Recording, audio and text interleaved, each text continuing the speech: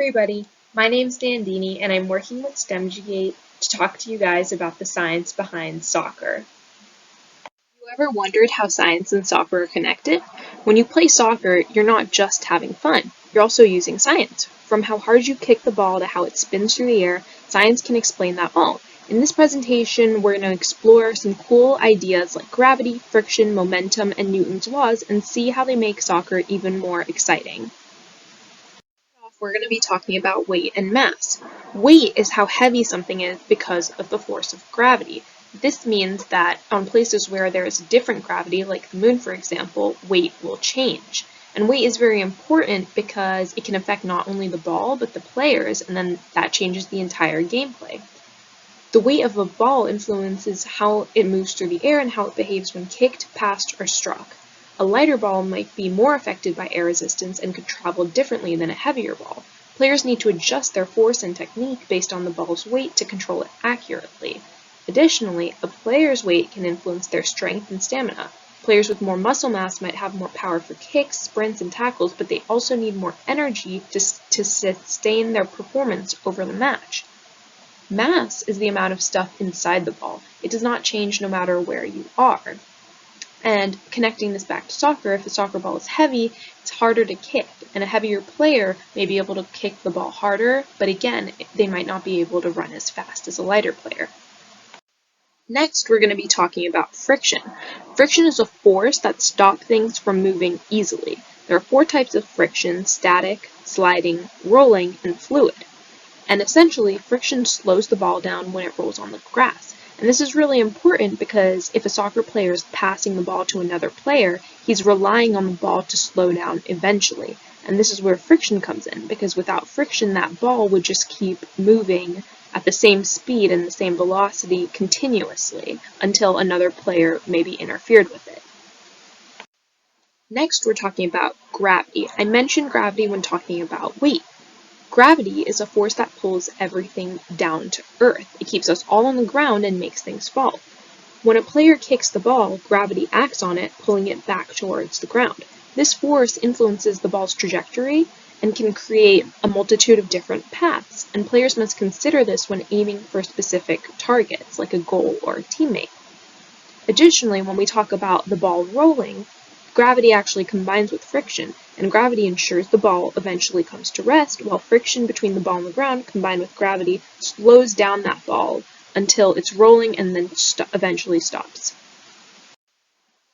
Velocity is the speed of something in a certain direction. In terms of soccer, the velocity of a pass determines how quickly it reaches a teammate and how accurately it can be controlled. A fast pass might be harder to intercept, but players must be able to handle the speed. In terms of goal scoring, the velocity of a shot affects its likelihood of beating the goalkeeper. A high-velocity shot can be more difficult to save due to reduced reaction time for the goalkeeper. And rapid changes in velocity allow players to accelerate past defenders, creating opportunities for attacks. Now we're going to be talking about momentum. Momentum is how much motion an object has. It's based on the object's mass and speed. And in this video, for our purposes, we are going to be using speed and velocity interchangeably. So the actual equation for momentum is momentum equals mass times velocity. And this is important because when a player runs fast and kicks the ball, depending on how heavy or light the ball is, the ball can have differing momentums. If the player is running fast, the ball will have a high momentum because it has a high speed. However, if the player is moving slower, then the ball will have a lower momentum because of that lower speed.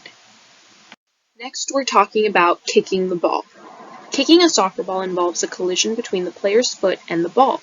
The force from the foot transfers to the ball, making it move. How fast and how far the ball goes depends on how hard the player kicks it. Newton's second law of motion states that force is mass times acceleration.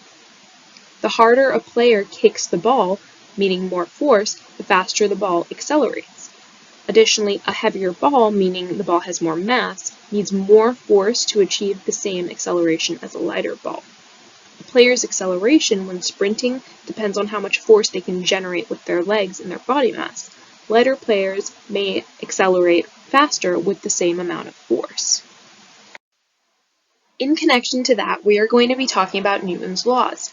Newton's first law of motion states objects at rest remain at rest and objects in motion remain in motion unless acted on by an unbalanced force.